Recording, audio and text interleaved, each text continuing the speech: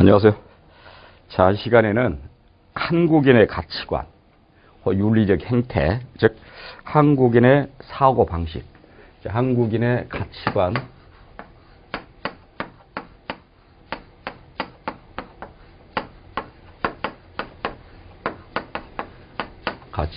한국인의 사고방식.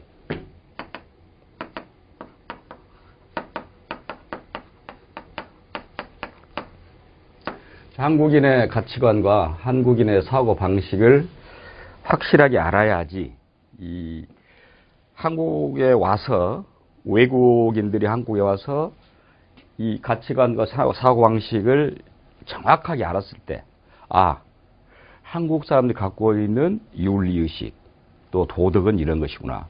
그럼 그 속에 같이 통합이 되고 그 속에 같이 묻혀가야 되겠다라는 것을 알 필요가 있겠죠.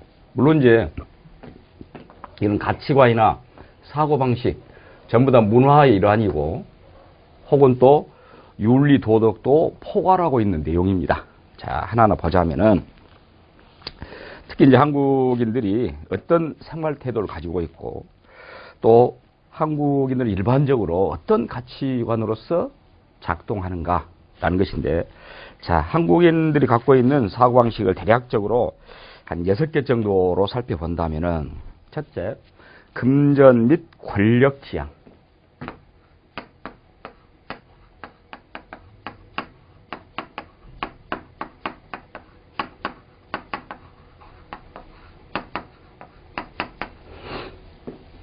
돈과 권력입니다. 사실은 이건 어느 나라에서든지 어떤 곳의 가치관이든지 이건 사회적 희소 가치이기 때문에, 희소 가치라는 것은 아무래도 사회에서 추구하고자 하는 욕심들은 많이 있는데 가질 수 있는 것이 굉장히 적다는 것이지. 그러니까 돈, 권력, 소위 말하면 가장 대표적으로 이런 대목이 사회적 희소 가치라고 말하는데, 특히 우리나라 제가 그런 이야기 했죠. 한 60년 정도, 5, 60년 정도의 그 짧은 그런 압축 성장에 의하여 왔기 때문에 특히 더 그런다는 얘기죠. 사실은 과거에 우리가 조선시대랄지 고려나 조선시대는 이 금전 및 권력 지향은 사실은 아니죠. 권력 지향은 어느 곳에나 또 누구나가 사람에게 다 가지고 있는 내용입니다. 사실은 이 권력 지향이라는 것이. 근데 금전은 그렇게까지 추구하지 않았죠. 과거에는. 과거에는 여러분들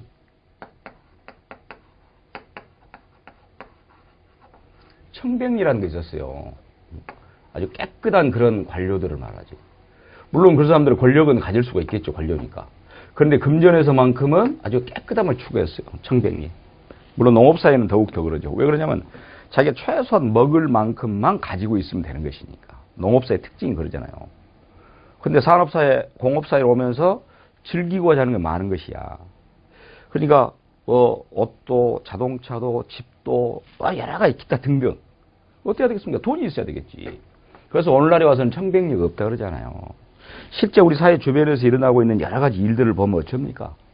거의 다 돈에 얽혀서 일어난 일들이지. 돈에 얽혀서 살인도 하고, 돈에 얽혀서 배신도 하고, 돈에 얽혀서 헤어지기도 하고. 사실 그렇습니다.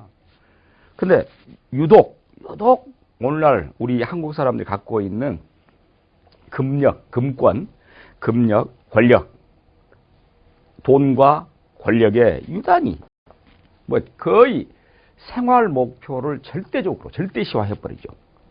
그러니까 어떠한 목적이나 동기도 금전, 권력이라는 욕구를 능가하기 어렵게 만들었다. 특히 한국 사람들이. 다른 무엇보다도. 그래서 제가 그런 얘기 했잖아요. 또 이런 것들이 사회 저변에 깔려 있어서 중고등학생들에게 조사를 해봐도 내가 교도소를 갔다 오더라도 돈을 준다면 하겠다.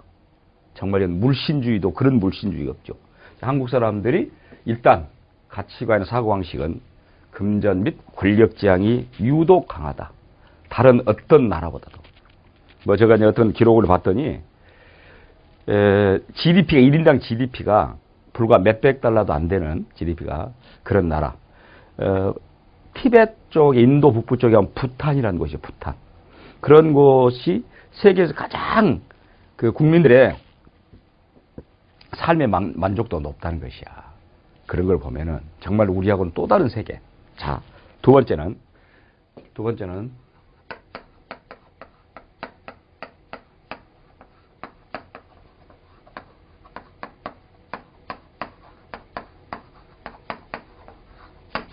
관능의 쾌락을 즐긴다. 관능의 쾌락. 뭐 선정적이다. 그러니까 이런 걸 보면 이제 우리나라 사람들이 또 갖고 있는 것은 관능의 쾌락을 즐긴다는 것은 대단히 미래지향적이지도 않고 즉시적이다 그래요. 즉시적. 지금 이 순간 먹고 마시고 즐기고. 여러분들 우리나라 같이 길거리를 간다든지 조그만 이런 도시를 가더라도 아마도 유흥업소들, 술집, 노래방, 기타 등등 뭐 모텔, 여관, 호텔 아마 우리나라처럼 이런 많이 산재해 있는 나라 아마도 세계적으로 없을 겁니다. 그래서 뭐 우리가 잘 쓴 얘기로 우스갯소리로 뭐 어떤 도시에서 어떤 지역에서 가장 많은 게 뭐라 그럽니까? 가장 많은 게 술집, 노래방, 학원, 교회 이렇게 말해요. 그런 부분에서 이제 관능의 쾌락을 즐길 수 있는 이걸 즐겨 하니까 그만큼 그런 장소나 그런 시설들이 많다는 거 아닙니까?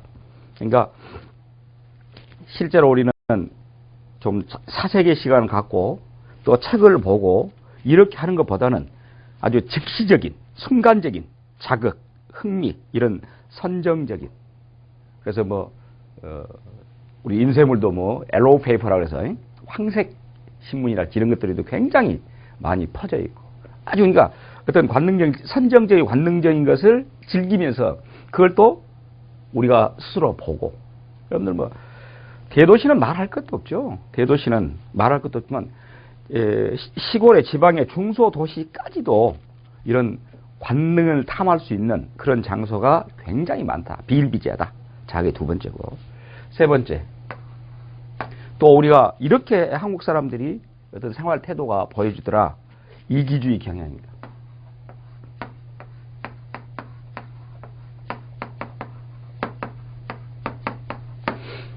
저는 우리나라가 여러분들 이 이기주의 경향이라는 것을 또 정말 아이러니컬한 그런 내용을 제가 얘기하자면 세계에서 우리나라처럼 종교인들이 많은 또 특정 종교가 아니라 여러 종교가 공존하는 나라는 없다 그래요. 여러분 보세요. 자, 기독교 신자 우리나라 1000만 넘습니다. 기독교 신자가. 불교 신자 1000만 넘습니다. 기타 무슨 종교 그럼 다들 1000만 이상이에요. 그런데 재밌는 것은 다 합치면 우리나라 인구가 넘어버린다는 것이야. 그러니까 뭐 물론 교회 몇 번 가고 절에 몇 번 가면 교회 몇 번 가면 기독교 신자 또 절에 몇 번 가면 불교 신자 뭐 이렇게도 하겠습니다만은 제가 무슨 얘기를 하려고 하냐면은 이기주 이제 교회 얘기, 종교 얘기를 하면서 종교는 종교의 궁극적인 것은 이타주의입니다.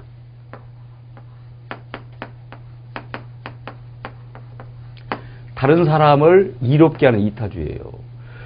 이런 이타주의를 바탕으로 한 종교인데 우리는 그렇게 종교 인구가 많다는 것이에요. 근데 그렇게 많음에도 불구하고 왜 이타가 아니라 이기주의냐? 그건 또 왜 그럴 수밖에 없냐면은 제가 볼 때는 이기주의가 되게 된 것은 경쟁성 때문에 그럽니다. 경쟁성. 그러니까 아까 말한 사회적 희소가치, 뭐 돈, 권력 이것을 가지려고 하는데 가질 수 있는 기회가 없다는 것이야. 기회가 없으니까 어떻게 합니까? 반드시 다른 사람을 짓밟아야 돼. 그러니까 다른 사람 눌러야 된다니까. 그걸 차지하기 위해서는 다시 말하면 그런 희소가치를 경쟁을 하려고 하니까 어쩔 수 없이 내가 친구라도 또는 동료라도 밟고 올라서야 된다 그 말이야. 그게 이기주의예요.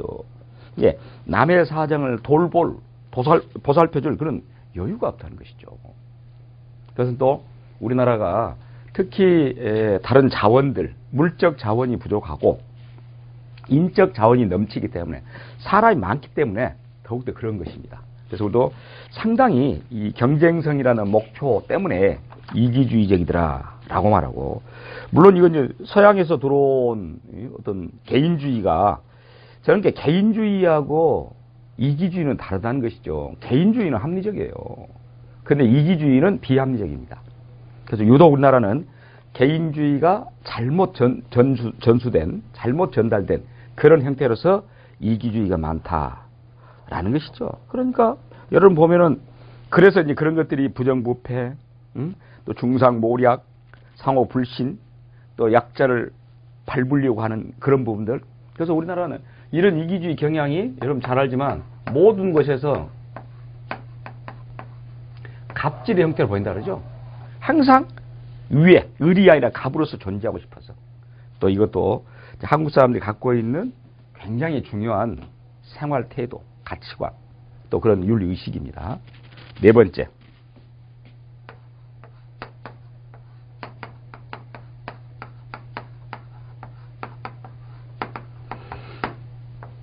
가족주의 사고. 물론 어떤 동물들도 다 자기들의 패밀리, 다 가족은 굉장히 중요시 여깁니다. 물론 동물은 이제 어릴 때, 동물 자체가 어릴 때는 그렇게 합니다만은 다음에 동물이 성장하게 되면은 가족 개념이 조금 사라집니다, 사실은. 동물들은. 근데 우리나라 사람들은 유독 굉장히 이런 가족주의의 오랜 전통이 남아있어요. 물론 지금은 약간 이제 쇠퇴해 가고 있긴 합니다만, 그럼에도 불구하고 여러분들 가족주의란 건 이건 혈연이죠. 혈연. 이 가족주의가 더 이제 커지는 형태로 가면 혈연, 지연, 학연의 형태로 띕니다. 또 유독 우리 따지잖아. 응? 무슨 성씨.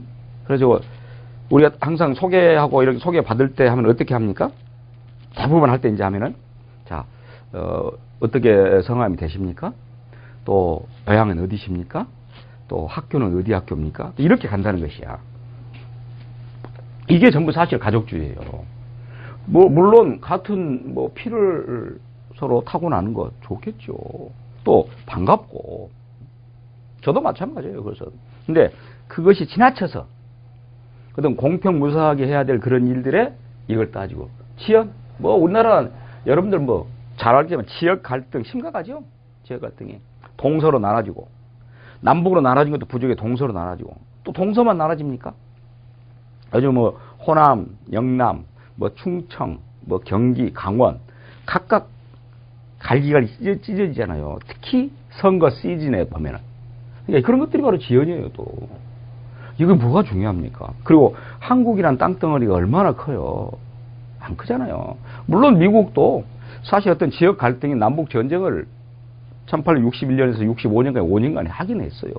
그렇다고 미국이 서부 출신이 어떻고 동부 출신이 그렇진 않아요. 우리나라는 유독 그렇게 합니다.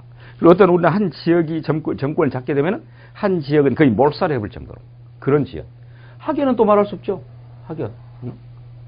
그러니까 왜 명문대학을 가야 되고, 그러니까 전공이 중요한 게 아니야. 전공이 중요한 게 아니고 그 대학교 간판이 중요한 것이에요. 그래서 S대를 간다, 스카이니 이런 말 나오고 그러잖아요. 그러니까 왜 그러냐면 또 그런 사람들이 가족주의, 가족사고, 가족주의 사고로 똘똘 뭉쳐 있어요. 그 벽을 쌓고 있어요. 차단해가지고. 그러다 그리 못 들어오게 하는 것이야. 그러니까 어떤 길을 써서 또 편입하려고 또 하지. 그걸로 가려고. 이런 가족주의 사고방식. 제가 볼 때 이런 것을 이제 또 이렇게 나온 것은 온정주의라 그래요. 이 따뜻한 정으로 얽혀 있다라는 것입니다. 그러니까 이런 것은 이제 합리적이지 않은 그런 대표적인 태도 있잖아요. 이런 것들이 가족주의랄지 이런 것들이. 한국 사람 유독 이런 친족, 가족, 또 아까 말한 갖가지 이런 동양의식, 또 동문의식 그런 건 가족주의 사고방식이 변형돼서 그렇게 되고. 우리나라에서 여러분들 몸 말린 집단이 우리나라에 3개가 있다 그래요. 그 3개가 뭐냐면은 일단은 해병대 전후에. 군대는 군대로 끝나야 되잖아요. 근데 제대해서도 물론 좋은 일 많이 합니다. 굉장히 좋은 일 많이 해요. 그런데 그게 잘못 변형돼서 어떤 집단화시켜서 그 집단이 또 수구 또는 보수 그래가지고 서로 사회적인 갈등을 야기하는, 자, 해병대 정예. 또 이제 학교로 따지면 고려대학교 동문회. 굉장히 또 그 동문 의식이 강하고, 그 좋다니까요. 좋은 것인데도 불구하고 그것이 지나치면 병적이 되면 문제다. 저는 그 말이죠. 또 하나는 호남향후회. 호남향후회는 외국에 가서도 기승을 떨고 있답니다. 똘똘 뭉쳐가지고. 그러니까 그런 것들이 대표적인 지연, 혈연, 학연이다니까. 그런 것들이. 원정주의, 가족주의. 그럼 이런 사람 얼마나 문제가 있겠습니까? 호남 출신이 고려대학교를 졸업해가지고 해병대를 갔다 왔다. 정말 못 말린 그런 원정주의의 분출이겠죠? 그래서 오늘 그런 학교랄지 또는 지역이랄지 또는 혈연이랄지 이런 걸 타파할 수 있는 정말 합리성으로 나아갈 수 있는 그런 부분도 한국인의 생활 태도에서 꼭 고쳐야 될. 그러니까 지금 우리가 하고 있는 한국인의 가치관, 사고 방식, 또 생활 태도, 그걸 가지고 지금 우리 얘기하고 있는 것입니다. 자, 그 다음에 5번째. 우리나라 사람들은 한국 사고나 행동에 있어서 대단히 감정적이다.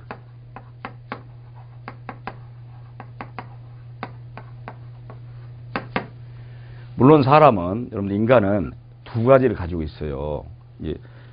몸과 육체와 마음이 있습니다만은 그 마음 속에 또 두 개가 나눠지는데 그 두 개가 하나는 이성이 있고 하나는 감성이 있습니다.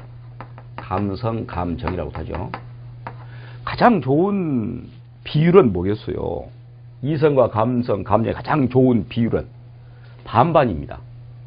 5대5. 이렇게 되면 가장 좋겠지. 예를 들어서 우리가 여러분들 이제 소설 속에 나와 있는 어떤 사람들의 그 행태를 비교할 때 그런 이야기 하죠. 아주 이성적이다. 그 사람 아주 이성적이다. 라고 했을 때는 우리가 햄릿적이라 그래요. 햄릿. 햄릿을 쩝니까? 계속 투비 오어나 투비. 죽일 것이냐 살릴 것이냐. 그것이 문제로다. 라고 계속 생각하잖아요. 그러다 결국엔 죽이기를 복수를 하긴 합니다. 자기 아버지를 죽인 자기 엄마와 자기 작은아버지 그리 같이 불륜 관계에서 결국에 죽이고 자기는 안 죽어야지. 근데 결국 자기도 죽잖아요. 이게 아주 고심한 인간 행위. 이것은 지나치게 이성적이라는 것이야. 그런가 하면은 생각 없이 행동으로 먼저 보이면 뭐랍니까? 돈키호테적이라 알죠. 그냥 뭐 풍차를 창을 들고 전진해서 그냥 풍차를 깨부시러 가는 돈키호테. 그러니까 이건 감성만 지나친 것이지. 그래서 가장 좋은 거 뭐겠어요? 제가 5대5라고 했잖아요. 햄릿처럼 사고하고 돈키호테처럼 행동하라. 그런데 우리나라 어쩐다 그 말이야. 제가 볼 때는 적어도 우리나라는 3대7 정도다. 그만큼 우리나라 사람들은 감성적인 부분이 많다라고 말하니까 이게 이지적이지 않다는 것이지 지적이지 않고, 물론 이것이 아까 말한 이건 연장선상에 있는 것이에요. 이런 가족주의나 온정주의 연장선상에서 어차피 여러분들 혈연이나 지연이나 학연을 따지게 되면은 당연히 뭐가 되겠어요? 감성적이 되죠. 물론 사람이란 것은 지나치게 이성적이어도 안 됩니다. 지나치게도. 예를 들어 이런 경우 있어요. 만약에 내가 사장이다 그럽시다. 어떤 회사에 이번에 사원을 뽑습니다. 한 명을. 근데 내 아들이 지원하고 아들 친구가 지원했어요. 내 아들은 80점 많고 아들 친구는 85점 맞았습니다. 그래 85점짜리 아들 친구를 내가 선발했어요. 지원으로. 그러면 이제 사람들은 뭐라 할까요? 굉장히 합리적인 사람이라. 맞습니다. 합리적이고 이치에 맞고 이성적이지. 근데 뒤에 집에 왔더니 집에서 집사람이 뭐라 합니까? 뭐라고 말했을까요? 애기 비정한 사람. 응? 비정한 사람, 정의 없는 사람 이렇게 말할 수 있잖아요. 물론 아까 말했지만은 합리적인 차원에서 뽑은 것이 맞다니까요. 그 대부분 우리나라는 어떻게 할까? 그렇게 하지 않겠죠. 85점 맞은 아들 친구가 80점 아들을 뽑을 거 아닙니까? 그러니까 여러분들 우리 사회에서 대부분 그 회사들이 재벌들이 가족 경영을 하고 2세 경영을 많이 하잖아요. 그러다가 거기서 탈로가 난 게 많잖아요. 예컨대 이제 땅콩 회항 사건이랄지 전부 다 그것도 뭐 가족 경영, 2세 경영, 3세 경영 이런 문제잖아요. 왜? 자기도 생각할 때 자기 감정적으로 하는 것이야. 이게 왜 내가 이렇게 하고 싶은데 못하게 하냐. 너희들 왜 이렇게 내가 재벌 2세인데 우리 아버지가 회장인데 나는 사장이고 왜 내 말 안 들어. 이런 식이죠. 그러니까 이런 것들이 아까 말했지만 지나치게 감정적이다. 감성적이다. 근데 중요한 것은 이 정도 5대 5가 되는 게 가장 바람직하지만은 3대 7 정도로 가더라고 말이야. 한국 사람 그 정도로 이 온정주의, 가족주의, 감성적 이런 부분이 있어요. 물론 그것이 정으로 나타나면 굉장히 좋습니다. 근데 좋은데도 불구하고 앞서 봤듯이 어떤 그런 것들이 이기주의로 나타난다든지 그런 것들이 관능의 쾌락으로 나타나요. 여기도 관능의 쾌락도 감정적이잖아요. 직접적이고. 이런 부분들이 한국인들이 갖고 있는 이성의 어떤 결핍, 지나치게 감성적, 감정적이다. 이런 부분이 있고. 마지막으로는 또 우리 한국 사람들은 뭘 중요하냐? 외관, 형식,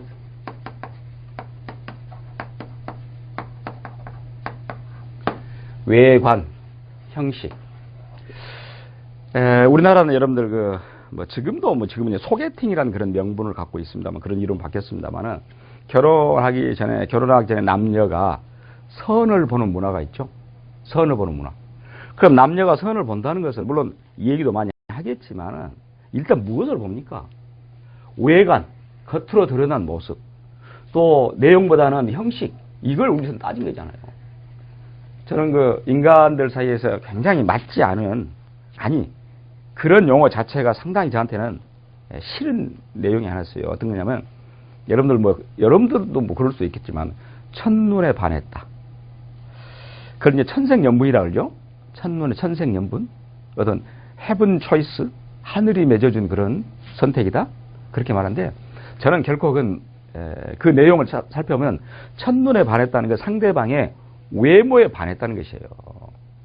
근데 그 사람은 이 얘기를 계속 해보고 이렇게 해야지 뭔가가 될 텐데, 외모에 반한 것이야. 그게 첫눈에 반한 것이에요. 그래서 저는 볼 때 그건 상당히 동물적인 것입니다. 그리고 아까 한 감정적인 부분이야. 사람은 동물하고 달리 첫눈에 반할 수 있는 요소도 분명히 있겠습니다만은 그 사람을 사귀고 그 사람하고 같이 관계를 계속 유지해 나가기 위해서는 계속적으로 대화를 하고 지내보고 이렇게 해야 되는 거잖아요. 그러니까 첫눈에 반해가지고 결혼을 했다. 분명히 문제가 생겨요. 깨집니다. 그러니까 그런 것이 왜 그러냐. 지나치게 우리나라는 겉으로 드러난 모습, 또 내용보다 형식. 물론 형식 없는 내용은 없어요. 그건 맞습니다만은 지나치게 강조한다. 그러다 보니까 우리나라는 A를 지켜야 된다. 이런 애절숭상이랄지 이런 것들이 굉장히 우리는 이 생활상에 남아있고 또 사람과 사람 사이에 서로 이 관련돼서 지내가는 데서 아주 중요시 여깁니다. 그것도. A라는 것을. 사실은 A라는 것은 기본적인 것만 하면 돼요. 근데 기본적인 거 했으면 불구하고 야, 버르장머리 없다. 라고 하는 것이야. 그것은 그 사람 내용이 아니라 형식을 본 것이다니까요. 우리는 그걸 또 그렇게 따져. 그러다 보니까 허례허식, 거칠해. 양반은 물만 먹어도 이를 쑤신다.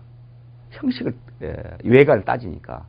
물론, 보기 좋은 떡이 먹기도 좋습니다. 그건 맞아요. 근데 지나치면 이제 문제가 된 것이지. 그래서 우리나라 사람들이 갖고 있는 아주 대표적인 가치관, 윤리적 행태, 사고 방식, 생활 태도, 이런 부분이 이렇게 한 6가지로 얘기할 수 있는데, 결국 이런 것들을 잘 숙지를 해서, 한국 사람 갖고 있는 이런 특성이 있기 때문에, 물론 잘못된 것은 고쳐야 되겠죠. 잘못된 것은. 그 중에서 좋은 것은 계속 나아가야 되고, 유지해서 나아가고. 이제 그게 필요한 것이죠. 그래서 이렇게 우리나라 사람들의 특성, 돈, 권력, 또 관능, 쾌락, 아주 선정적인 것, 이기주의, 이타주의가 아니라 경쟁성에서 가족주의, 온정주의, 지연, 학연, 혈연, 그리고 이성보다는 지나치게 감정적이더라. 감정적이라는 건 정의 있는 부분도 있습니다만 합리적이지 않은 것이고 과학적이지 않은 것이고 또 외관 형식을 중요시 하다 보니까 내용이 빈곤할 수 있고 내용이 그러니까 겉이 화려하면 사실 겉이 화려하면 속은 비어있는 거 많아요. 우리가 외화 겉만 화려하게 한다는 걸 외화 내빈이라고 그러죠. 겉으로 화려하면 속이 비어있다.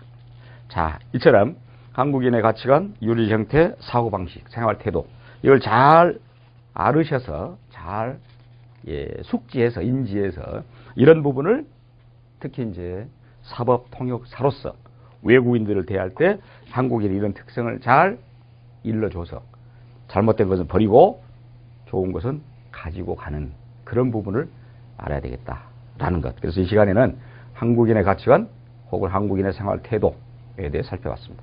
감사합니다.